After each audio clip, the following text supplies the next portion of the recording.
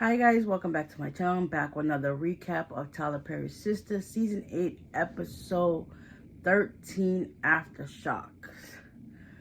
Whew. Yeah, this episode, it was kind of like, I wouldn't say boring, but it wasn't like as, exciting as it has been. So, y'all already know if y'all keeping up with the show, what's going on. So, it continued off with Aaron, Fatima, Zach, and Karen going off in the lobby waiting area. The doctor came in and was like, listen, y'all are adults, talk like adults. Like, this is the whole reason why she came in here the first time. So, y'all need to pipe down. Aaron basically, I don't know what it is. I think Aaron wishes he could be Zach, because even if Zach is not even in the picture, the thought of his name, he always got something negative to say. So he basically was trying to talk down on Zach. And Fatima was like, listen, y'all both need to apologize. And then not to me. So they both apologized to Karen. Karen was like, listen, every time it's like baby this, baby that. Like, I thought we squashed our beef, whatever the case may be. So she got up out her wheelchair and was like, listen, last time I checked, these babies are mine. So I'm going to get out of here. Because Aaron decided to take her home. So she's standing like, what are you waiting for? I thought you were taking her. I was like, all right, we good. So they leave. And then after they leave, Fatima is just like, because, I don't know. It's something about that for them four dynamic people that is not working out. But hopefully, for Karen could put Aaron in his place. Because obviously, Zach and Fatima are doing good. So that's not a problem. So words were said, then Fatima leaves. And then next year, Zach leaves. He's like, listen, I'm going to sell that car. And then, they get back home. Meanwhile, Danny and Sabrina, they're still talking, whatever the case may be. Sabrina cleans up her place and helps her get into bed. And she decided she's going to sit on the couch while Danny gets some rest. She put out some candles that have like the lights, the little fake ones, and put those out. She said, listen, I was trying to set the mood so you can relax. And Danny was like, you just had those with you in your purse? She was like, no, these are underneath your bed. So basically, I guess Sabrina must have gave them to Danny and Danny never used them. So Danny's in the bed, whatever the case may be. Sabrina gets on the couch and she calls Rich and talks to him like, listen, I wish you would have gave me a heads up about the situation, because how you loyal to your boys, I'm loyal to my girls, and so on. And then Rich tried to butt her up, was like, listen, you're a good friend, but you're also even better girlfriend. And she was like, what are you trying to get back in my good graces? He was like, if it's working, then yeah. She was like, maybe, okay, well then, yeah, that's cool. And then she asked how Tony was doing. He's all right. He went outside to use the bathroom. And, they got to, keep going because we got to figure out what we're going to tell Jordan, because Rich also told her, like, listen, you ain't see the news? And she was like, what?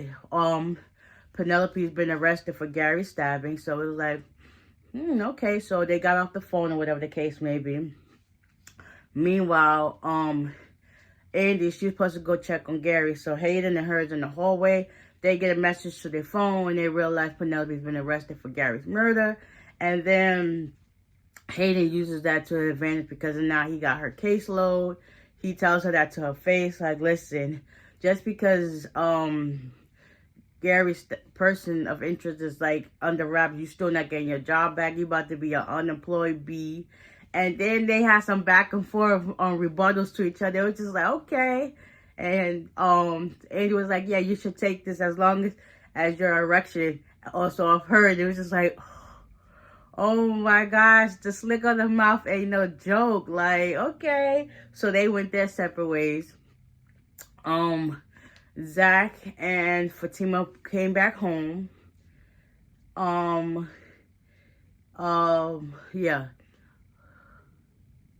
I don't know if I want to say they part first or just go for it, but whatever. Okay.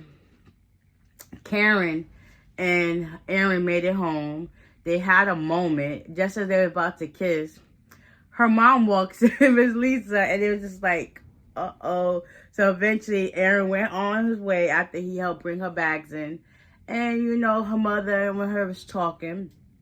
or whatever the case may be. Her mother was telling her, like, listen, when I was pregnant with you, you know, I wanted to do it all the time. So she just wondered if you really want to have sex with him, or are you really falling back in love with him? So she was just, yeah, she don't know how she feels right about now. So that's another case, another story. Meanwhile, at the Taylors,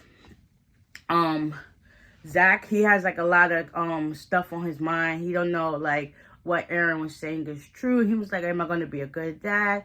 And Fatima had to reassure him, like, listen, you're already a great dad to Michael. Like, you're going to be a great dad to our child and Karen's.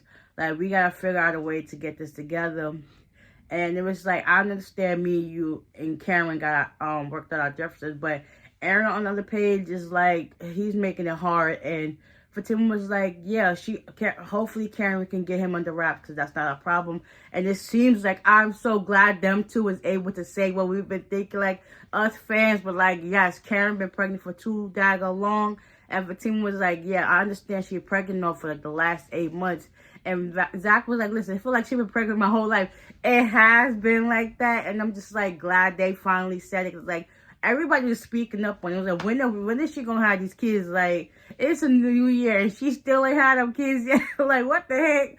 So anyways, you know, Fatima gave him the reassurance that he needed. And it was great to see him. Meanwhile, after Andy's situation with Hayden, she ended up texting somebody. She goes to see Robin. She asks Robin for her help to represent Penelope. And here he goes, what if I do this for you, what you going to do for me? He basically wanted to sleep with her again and let that be that. So she gets to his place. I don't know, for somebody, I think he likes staying in hotels rather than his place. So I guess come to find out, he leased his apartment that he has in Atlanta. So he stays at this hotel, and he poured up her drink. She was like, nah, I'm good. She put her bags down, and she basically was talking to him like, listen, I need to represent Penelope and stuff like that.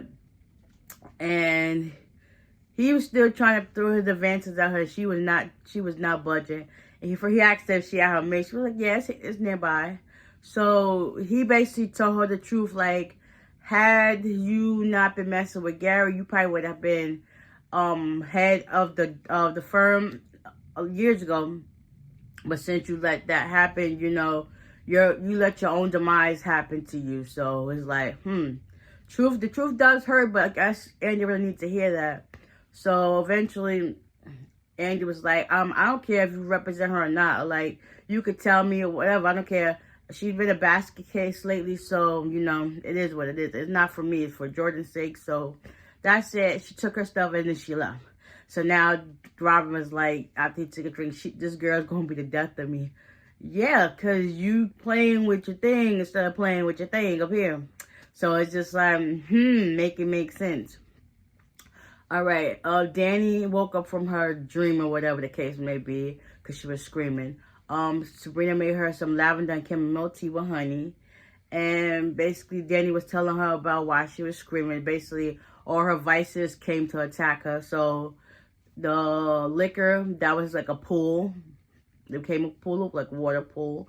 Her weed or whatever was just floating around in there. And then her dick case became all the guys that she ever messed with. They were just floating around naked. And it was just like, she woke up screaming. It was just like, what do I do? So Sabrina was trying to make sense of it. Then Sabrina also was checking her phone. She checked it twice, couldn't find out. Sabrina tells her that Penelope had been arrested for Gary's murder. And they both had a question. Was like, yeah, she has motive, plenty of motive. So it's okay if she did. I wouldn't be mad if she did stab him, whatever the case would be. And then also, Sabrina told Danny that Karen was in the hospital, but Danny got up and was like, and did all this other stuff, running around to get her clothes. Like, we had to go meet. And then Sabrina was like, no, she's already discharged. She's good. And Danny was like, you do know I had a panic attack all this today. Like, she's like, yeah, I understand that, but you know, it's good now. She's cool, whatever the case may be. Eventually Andy shows up to the Taylor's house, and they basically tell her, like, listen, we made our own